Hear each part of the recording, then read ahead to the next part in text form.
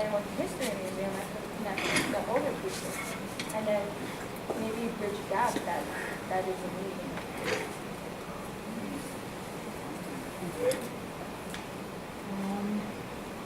I've been doing this for 10 years already. It's like a mobile spa.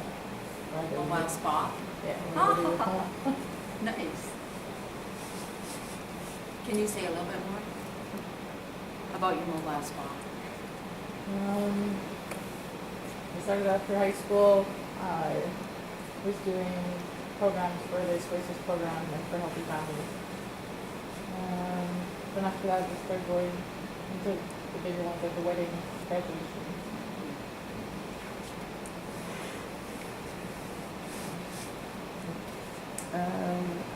My dream is to have a salon here. I work in town, and there's not one here, so might as well take advantage of it.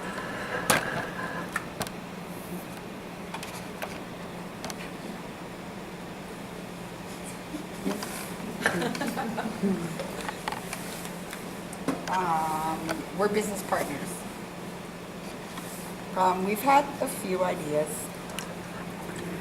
but it's breaking it down now that we're farther into the program and whatnot. We're starting to see that there's a lot of potential and a lot of different things that we could do, and they still are based around all of our ideas. We're just now down to deciding what we think is going to work best. One of the things that I wanted to do and provide was like my dad's wife runs the Roots of Empathy in the schools and whatnot, and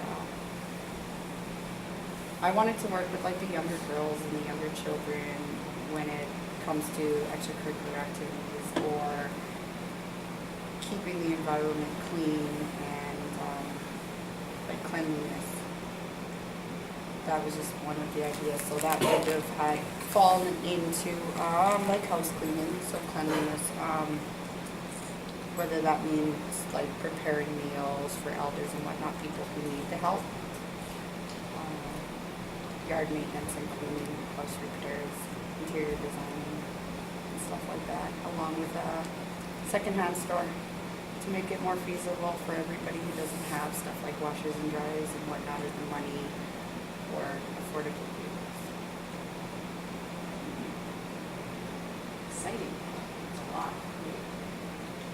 I see it all as one bunch though. I can see it. I can see it all in one little pot out of the same office space, just subbed out.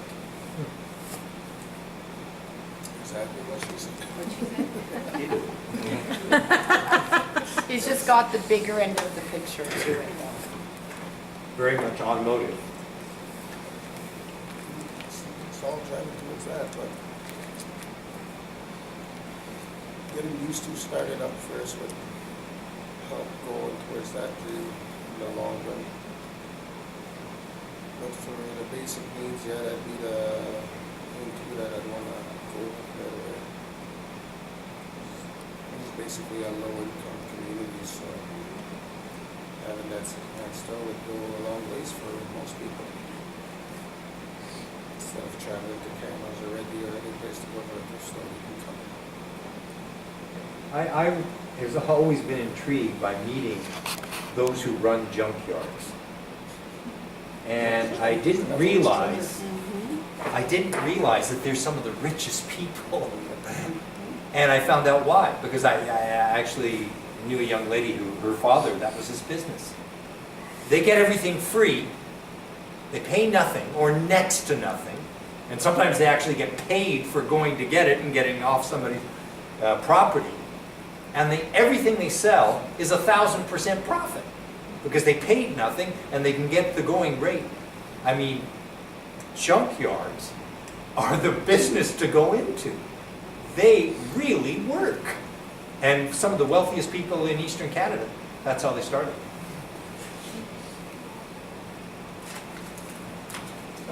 Well, I'd like to add to that, if you're a native, it just becomes hoarding. This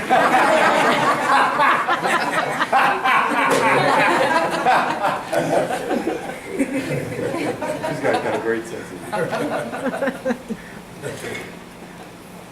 A junkyard is just a place, they'll normally just have a little wall around it, there'll be a lot of derelict cars, there'll be old machines, washing machines and stuff, and when people need a part, what they do is they go to the junkyard, and, because they don't need the whole motor, they just need a valve, or they need a bearing, or they need something like that. Well, since you got that for nothing or next to nothing, you sell it to them, it's still a reasonable price, but because you paid nothing for it, you can make easily 1,000% profit just by selling that missing part, that missing link they need. And I was astonished at some of the wealthiest people I met were in junkyards.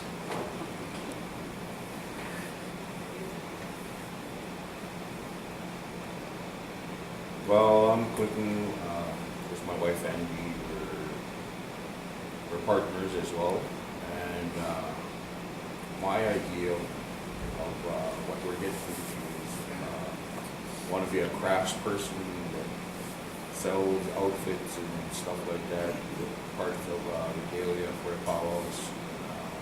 But I only want to do that, I want to sell the crafts that people need to make their own with such. And in a big picture scale, I want to be a supplier to the movie companies and all these shows and stuff for original, traditional wear that they use in the movies that doesn't go with Yeah, exactly. So I want to make it more important. But that's my perspective of it. But, you have more ideas, more. I have lots and lots of ideas. I don't sleep a lot. What I want to do is I want to start a shuttle from Obi-Wan to Nisku to take all the guys that have trades to work up there, because there's a lot of people who don't have vehicles or can't drive. I want to start a food truck for Nisku, because I have two boys out there at work. And there's not a lot of places to eat. Like to cook. Going into business, making outfits. I've been making outfits for 23 years, so it doesn't take me long to whip up an outfit. So I've been doing that since I was like 6.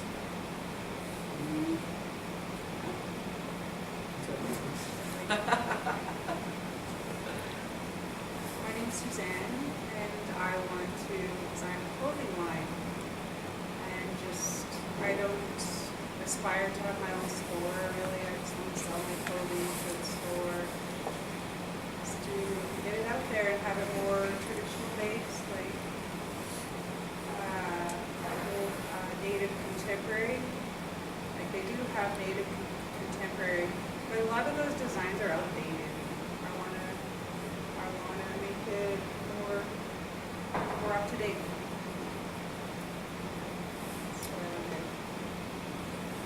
And affordable.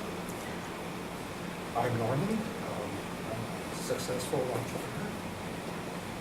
I've been running my business since 2011 in computer sales and repairs. I've been donating to children since I opened. Well, actually since August 1st, 2012. Donated 46 computer sales. My goal is to open up a few chain of stores, mostly on the reserves, surrounding areas, to help the low-income people out there. Sell them used computers or low-price repairs.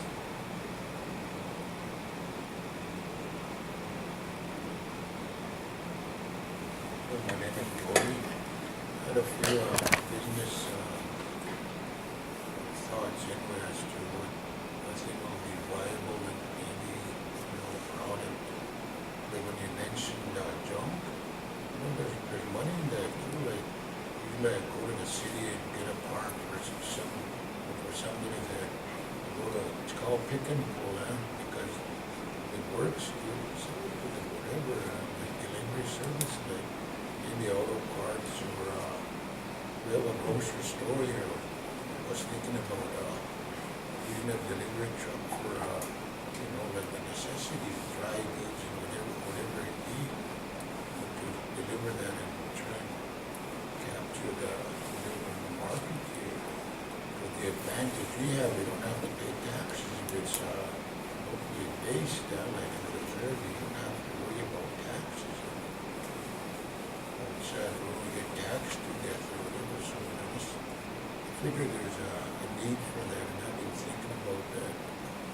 Like, let's say, auto parts, have an auto parts store, maybe be used or new. Like there's, people have transportation every day, so they try to supply their needs one way or another. Because the prices in town, when you look at it, just undercut them or whatever, be aftermarket price as long as it's new or it's, some parts you can get away with used parts, but depends where they have their money situation is, I guess. So I feel there's a demand for that. Fixing vehicles, supplying the parts, whatever it be.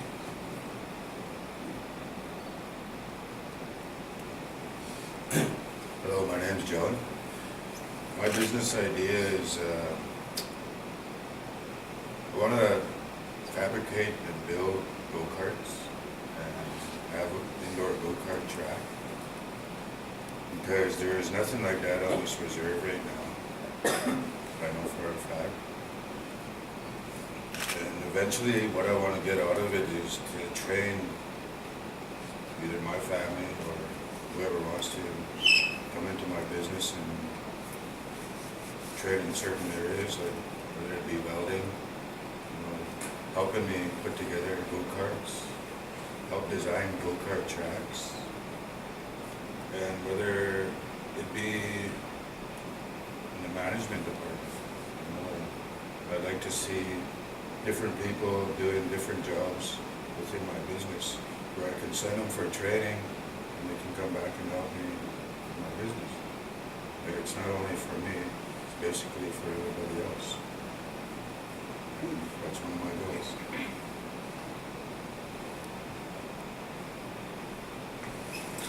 Hi. I'm Ashton James. I'm a successful entrepreneur. I've started several small businesses. We started off with doing like nails on the road of Ramadan, so breakfast. And we started selling our candy apples, which is what I'm currently doing now. That's been pretty good. It helped with our handy tournament we had just this past weekend. That's why I'm so late. I was up all night. But and I want to open a small restaurant or something or other here in Alabama, and within those Well, we'll leave you, Ms. Prue-Turner, and the members of the seminar before we go on our break with one last word that one of them invented. And it seems quite appropriate in view of what we've just heard.